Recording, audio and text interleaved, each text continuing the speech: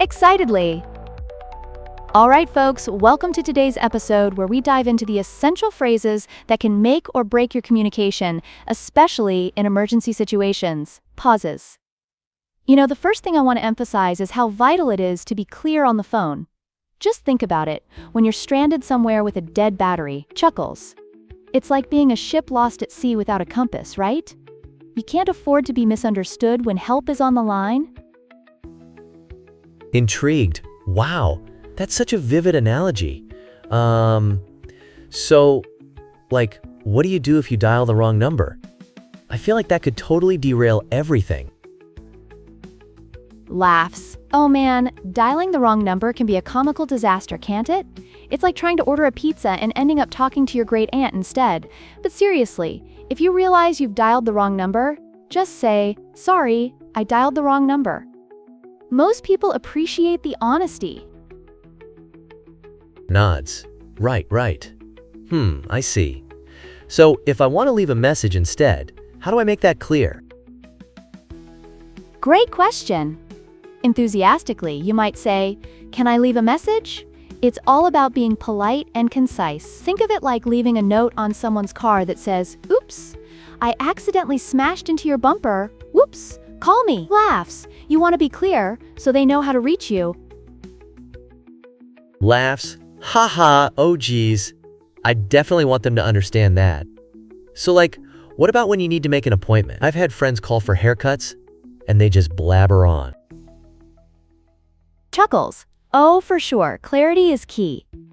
When you want to make an appointment for a haircut, just say, "I'd like to make an appointment for a haircut," and be straightforward. Think of it like ordering at your favorite coffee shop. You don't want to be that person who holds up the line, I kinda want a latte or maybe a cappuccino, or no, maybe iced? Laughs. Oh my god, yes.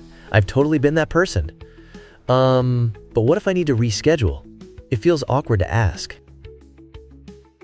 Nods understandingly. I get that. But it's all about being polite. Just say, "Can we reschedule our meeting for next week?"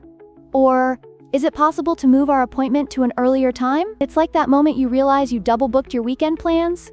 No panic. Just communicate. Leans in, intrigued. That's super helpful. But what if it's a real emergency? What are some of those phrases? Excellent point. If there's an emergency, let's say there's an accident, you'd want to get right to the point, like saying, "Please send an ambulance immediately, there's been an accident." You don't want to be chatting about the weather at that moment, right? Time is of the essence. Nods. Yeah, totally. So crazy to think, I watched a movie once where someone was trapped in an elevator. What if you found yourself in that situation? Nods seriously. That's terrifying. If you're trapped in an elevator, you'd call for help and say, "I'm trapped in an elevator, please send help quickly." You want to communicate urgency. It's kind of like screaming for a lifeguard when you're drowning in a pool, right? Pauses. They need to know you need help now. Wide-eyed. Oh my god, yes. And what if your kid is sick? It must be even more urgent, right? Absolutely. You'd want to convey that urgency immediately. You'd say, "My child has a high fever. We need a doctor right away." It's like dialing for help when you see your mate struggling in the water. No time for small talk. Nods. That's so intense. All these phrases are super crucial. How do you feel about tech like video calls? Oh, good point. Video calls can be a game changer. You can say, "We can do a video call." It's like having the person right there with you, which can bring comfort, especially in emergencies. Imagine being able to show the doctor your kid's symptoms in real time. Excitedly. Wow, that's such a practical way to look at it.